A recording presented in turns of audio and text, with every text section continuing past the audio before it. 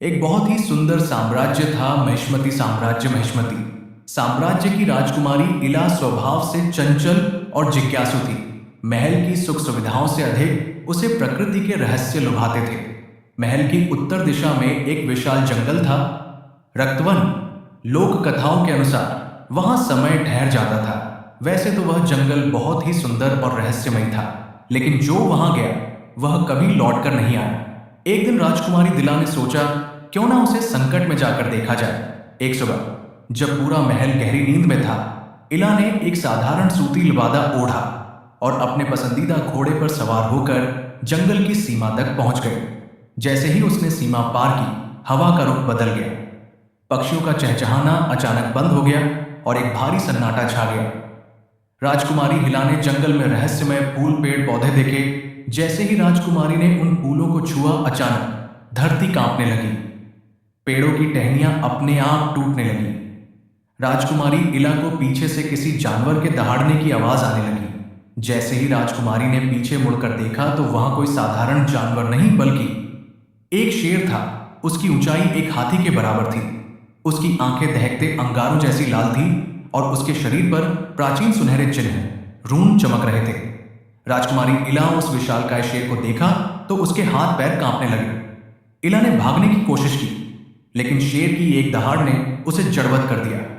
शेर ने उसे अपने विशाल जबड़ों से नहीं, बल्कि अपनी जादुई आभा से बांध लिया और उसे अपनी पीठ पर लाद कर बादलों को चीरते हुए ऊंची पहाड़ियों की ओर ले गया। पीछे रह गया तो सिर्फ इला का रेशमी दुपट्टा, जो एक कांटेदार झाड़ी में फंसा रह गया। दूसरी तरफ महल में राजकुमारी इला नहीं मिली तो महल के सभी लोग परेशान हो गए। कुछ समय पश्चात वहां एक सेवक आया और बोला, महाराज, मैं जब अपने खेतों की रखवाली कर रहा था, मैंने किसी लड़की को जंगल की ओर जाते हुए देखा।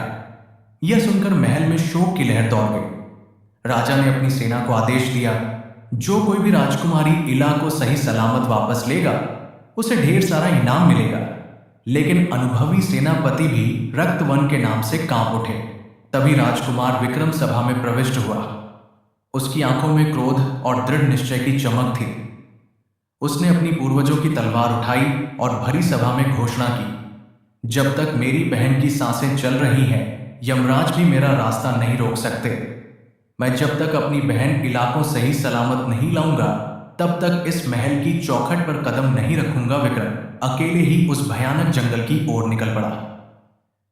जंगल में प्रवेश करते ही विक्रम का सामना नीली धुंध से हुआ। यह धुंध इंसान को भ्रमित कर देती थी। उसे अपने बचपन के मित्र दिखाई दिए जो उसे बुला रहे थे, लेकिन विक्रम ने अपनी आंखें बंद कर ली। जैसे ही राजकुमार विक्रम थोड़ा और आगे बढ़ा, तभी उसके सामने मायावी दलदल आया। वहां की जमीन ठोस दिखती थी, लेकिन पैर रखते ही वह इंसान को पाताल में खींच लेती थी। विक्रम ने देखा कि दलदल से जहरीले सांप निकल रहे हैं। राजकुमार विक्रम ने सोचा, अगर मैं इस दलदल में गया तो यह जहरीले सांप मुझे अंदर खींच ले जाएंगे। उसने अपनी बुद्धिमानी का परिचय दिया और ऊंचे पेड़ों की लताओं को पकड़कर एक बंदर की तरह पेड़ों के ऊपर से रास्ता तय किया। उसने 3 मील की दूरी बिना जमीन को छुए पार की। राजकुमार विक्रम को कुछ ही दूर एक नदी दिखाई दी। राजकुमार विक्रम नदी में पानी पीने लगा। तभी नदी के किनारे उसे छाया कबीले के आदिवासियों ने घेर लिया। वे लोग बाहरी दुनिया के लोगों की बलि चढ़ाते थे। कबीले के मुखिया ने राजकुमार विक्रम से कहा, तुम कौन हो और यहां क्या कर रहे हो? राजकुमार विक्रम ने नरम और शांत आवाज में कहा, मैं पड़ोसी राज्य का राजकुमार विक्रम हूं। मैं अपनी बहन इला को ढूंढने आया हूं। कबीले के मुखिया ने राजकुमार विक्रम की आंखों में देखते हुए कहा, इसके लिए तुम्हें एक अग्नि परीक्षा देनी होगी। विक्रम को नंगे पैर चलते हुए अंगारों पर चलकर उस पार रखे पवित्र कलश को लाना था। विक्रम के पैर जल रहे थे, खाल झुलस रही थी, लेकिन उसकी हर सांस इला का नाम ले रही थी। उसकी अदम्य इच्छा शक्ति देखकर मुखिया दंग रह गया। उसने विक्रम को न केवल जाने दिया, बल्कि एक जादुई तीर और एक दिव्य ढाल भेंट की, जो केवल सत्यवादी योद्धा के हाथों में काम करती थी।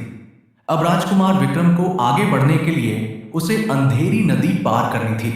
इस नदी का पानी छूते ही शरीर पत्थर का बन जाता था। वहां नाव नहीं थी, बल्कि विशाल कछुए तैर रहे थे। कछुओं के राजा ने विक्रम को रोका और कहा, इस नदी को पार करने से पहले तुम्हें मेरी एक पहेली का जवाब देना होगा। कछुए ने पहेली पूछी, मैं बिना पंखों के उड़ती हूं और बिना आंखों के रोती हूं। जहां भी मैं जाती हूं अंधेरा छा जाता है। बताओ मैं कौन हूं? विक्रम कुछ देर शांत रहा, फिर गहरी सोच के बाद उत्तर दिया, बादल। कुचै ने कहा, सही जवाब। उत्तर सही था। नदी के सभी कछुओं ने अपनी पीठ जोड़कर एक पुल बना दिया और विक्रम को सुरक्षित उस पार पहुंचा दिया। विक्रम पहाड़ी की उस चोटी पर पहुंचा जहां रक्त गुफा स्थित थी। अंदर इला एक वेदी पर बंधी हुई थी। शेर अपनी प्राचीन शक्तियों को जगाने के लिए मंत्रोच्चार जैसी आवाजें निकाल रहा था।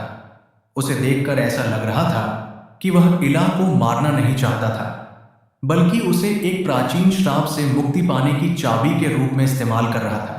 विक्रम ने गुफा में प्रवेश किया और अपनी तलवार से शेर पर हमला कर दिया। शेर की खाल लोहे जैसी सख्त थी। शेर ने अपनी पूंछ के एक प्रहार से विक्रम को दीवार से टकरा दिया। विक्रम के सिर से खून बहने लगा। तभी विक्रम ने देखा कि शेर के गले में एक चमकती हुई नीली मणि है। उसने कबीले से मिले जादुई तीर को कमान पर चढ़ाया। शेर ने आग का गोला उगला, जिसे विक्रम ने अपनी दिव्य ढाल से रोक लिया। जैसे ही शेर ने दोबारा हमला करने के लिए अपना मुंह खोला, विक्रम ने वह तीर सीधे उस मणि पर दे मारा। एक कान फोड़ देने वाली धमाके के साथ वह मणि फूट गई। पूरा जंगल सुनहरी रोशनी से भर गया। वह खूंखार शेर धीरे धीरे सिमटने लगा और एक तेज तर्रार योद्धा के रूप में बदल गया। वह योद्धा एक प्राचीन सेनापति था, जिसे सदियों पहले एक गलती के कारण शेर बनने का श्राप मिला था। उसने झुककर विक्रम और इला से क्षमा मांगी। राजकुमारी इला दौड़कर अपने भाई के गले लग गए। दोनों की आंखों में जीत और खुशी के आंसू थे।